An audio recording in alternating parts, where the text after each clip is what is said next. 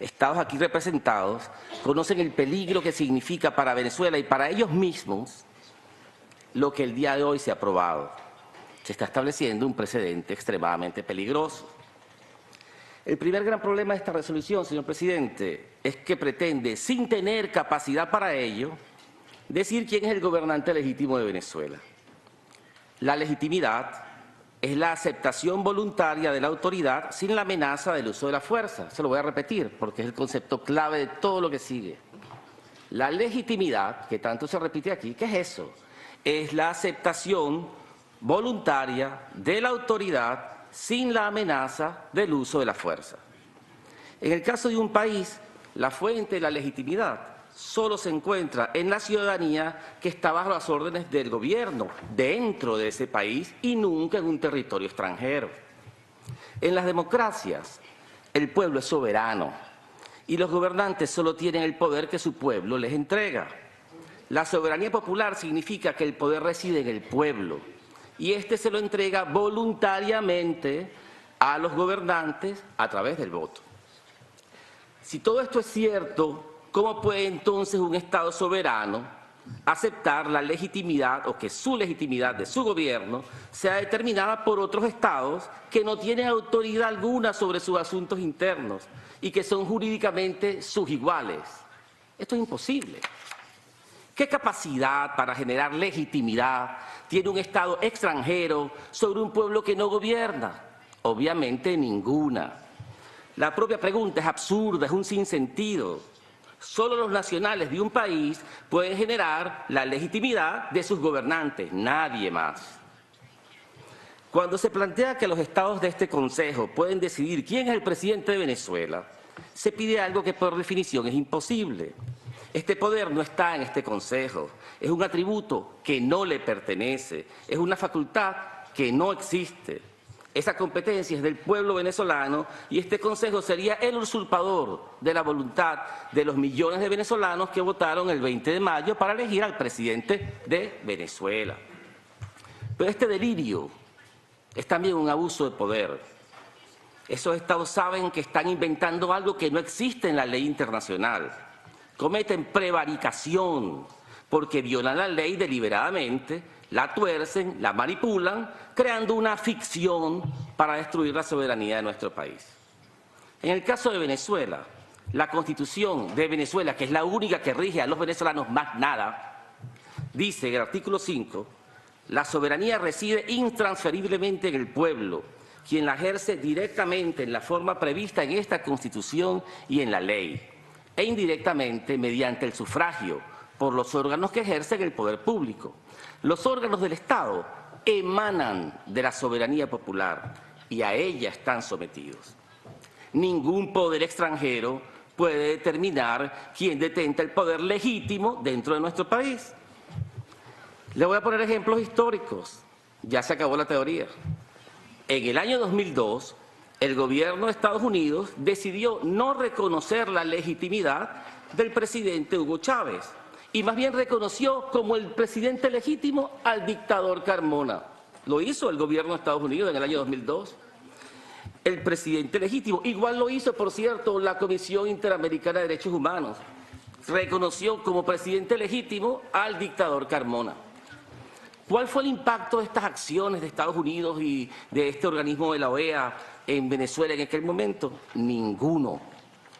El pueblo de Venezuela sabía quién era su presidente, pues en Washington no se decide la legitimidad del poder en Venezuela.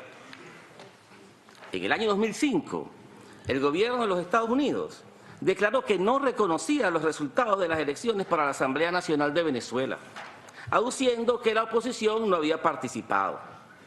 El efecto de esa condena para la Asamblea fue nulo, porque no se decide en Washington la legitimidad de nuestras elecciones.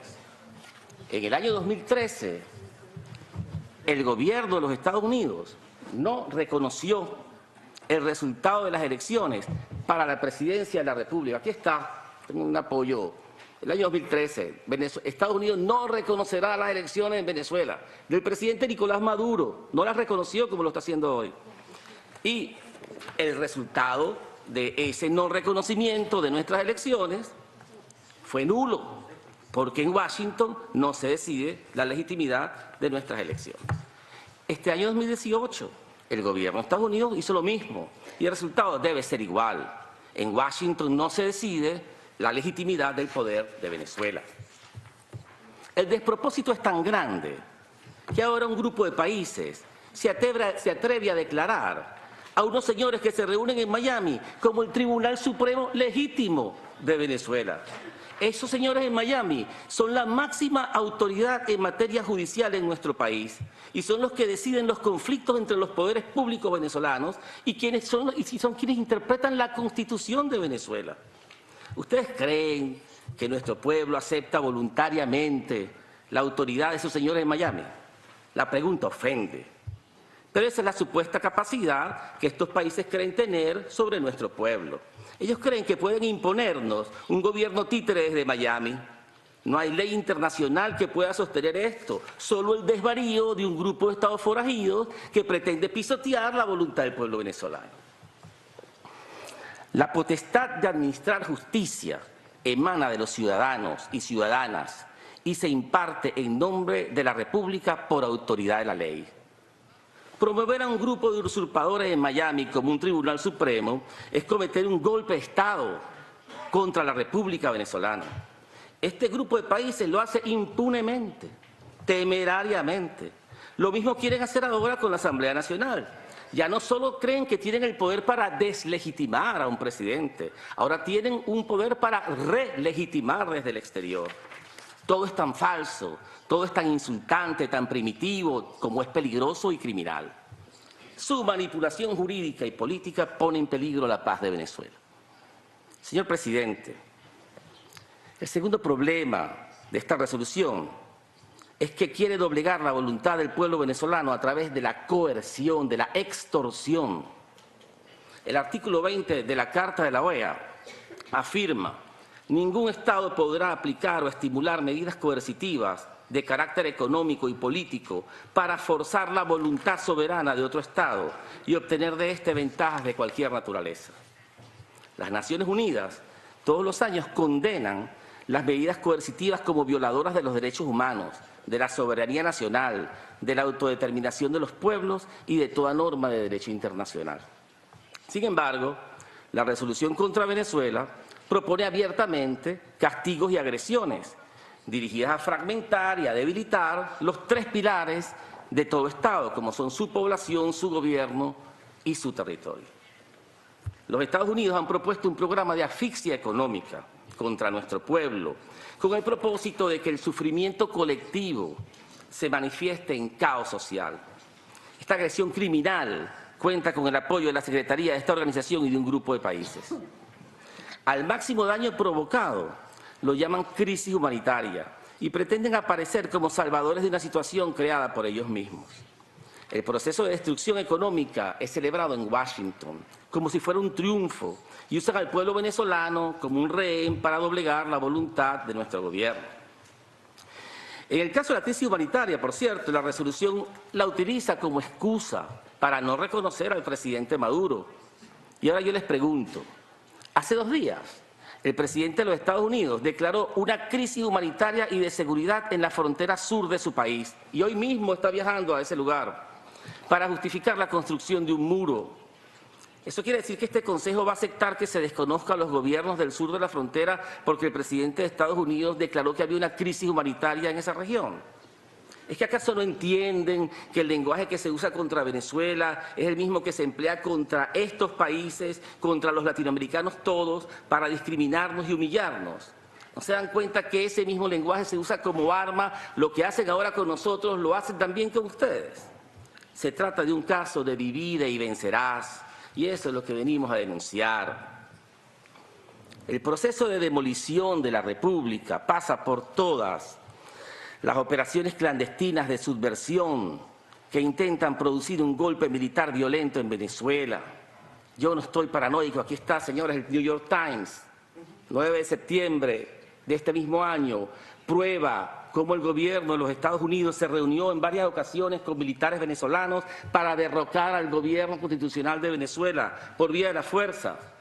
Lo probaron ellos. El propio presidente Trump lo afirmó luego dijo públicamente que los Estados Unidos apoyarían un golpe militar en Venezuela. Hoy hay un comunicado del gobierno de Estados Unidos llamando al desconocimiento del presidente Maduro y a la insurrección. Los llamados a golpe de Estado tienen eco en la secretaría de esta organización, la cual repite fielmente las instrucciones dictadas por el gobierno de los Estados Unidos, contrariando así toda ley internacional, su obligación de trabajar por la paz y su integridad como funcionario internacional. Señor presidente, la Corte Internacional de Justicia, la máxima autoridad mundial, no hay otra corte más importante en el mundo que esa, la Corte Internacional de Justicia, dictaminó en 1986 que no existe en el derecho internacional un derecho general de intervención para apoyar a la oposición política dentro de otro Estado. Eso no existe. Incluso reconocer como representante legítimo de un pueblo a solo un sector de la oposición constituye una violación del principio de no intervención en las relaciones internacionales. La Corte decidió esto, que todavía está vigente, nada más y nada menos que en el caso de agresión de los Estados Unidos contra Nicaragua. Esta demanda la ganó Nicaragua y hoy quieren hacer lo mismo tanto en Venezuela como en Nicaragua. El intento de magnicidio perpetrado el 4 de agosto de 2018 fue un hecho tan notorio y criminal como fue ignorado en esta organización. Sus promotores son protegidos dentro del territorio de los Estados Unidos. ¿De qué se trata esto? Se trata de toda una estrategia para disolver la personalidad del Estado, para fragmentar los poderes públicos, para debilitar la gobernabilidad de la nación y para destruir la paz social. Es la estrategia del caos. Es la estrategia de la destrucción. El artículo 19 de la Carta de la Organización de Estados Americanos afirma: ningún Estado o grupo de Estados tiene derecho de intervenir directa o indirectamente, y sea cual fuera el motivo, en los asuntos internos de cualquier otro Estado. El principio anterior excluye no solamente la Fuerza Armada, sino también cualquier otra forma de injerencia o de tendencia atentatoria a la personalidad del Estado, de los elementos políticos, económicos y culturales que lo constituyen. Señor presidente, en total violación de este artículo, llegamos ahora al punto más grave de todos, que es la amenaza final, la amenaza de la guerra. Así lo expresó el propio presidente de los Estados Unidos, así lo expresó el vicepresidente de los Estados Unidos.